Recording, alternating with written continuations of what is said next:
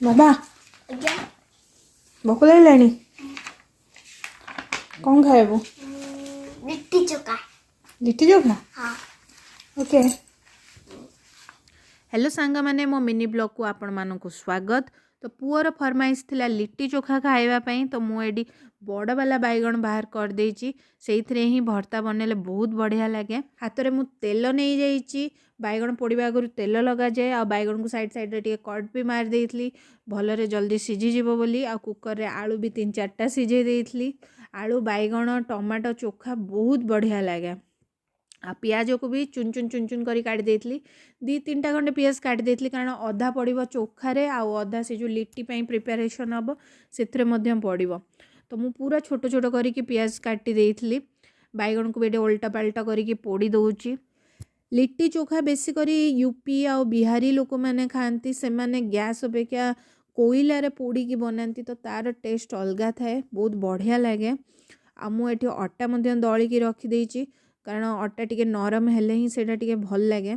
से माने तो पोड़ी की बनाती मु एठी पोड़ी बिनी आ गोटे प्रोसेस रे बनेबी तो देखंतु केमती बनौची।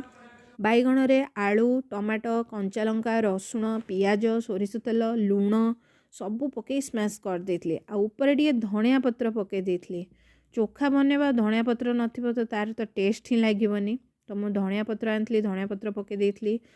लिट्टी प्रिपरेशन पाई मुझे अदा रसुण नहीं आई अदा रसुण छेचिकी पकेले हम मु किंतु कद्दूकस करी पकाउची कारण पिला खाइबा को इजी हो ऊपर 7-8 चामच छतुआ नहीं जाइथली मुझे चना छतुआ यूज करिची।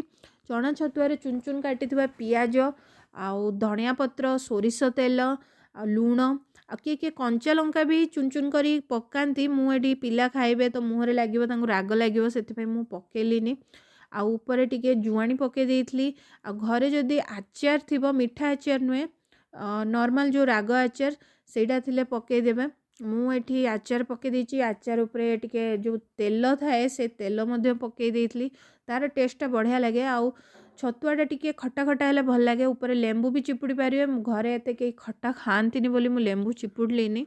छतुआ जो प्रिपरेशन करथली ताकू अट्टा गोलारे पूरेकी सुजी काकरा भली छाणी देइथली। आ हस्बैंड भी ड्यूटी आसी जाइथले पचारुथले बास्ना होउची कौन बनौच मु कहली लिट्टी चोखा तो कहले जल्दी दियो तो ये लिट्टी चोखा छाणी देइकी पुओ को सर्व कर देइथली ताकू पचारली केमती लागुची कौन कहला बढ़िया लागुची। लिट्टी को दिफाळ करिकी ऊपर टिके घिओ पके देबे तार भी टेस्टटा बहुत बढ़िया लगे।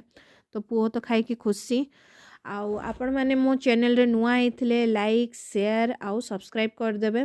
Thank you for watching.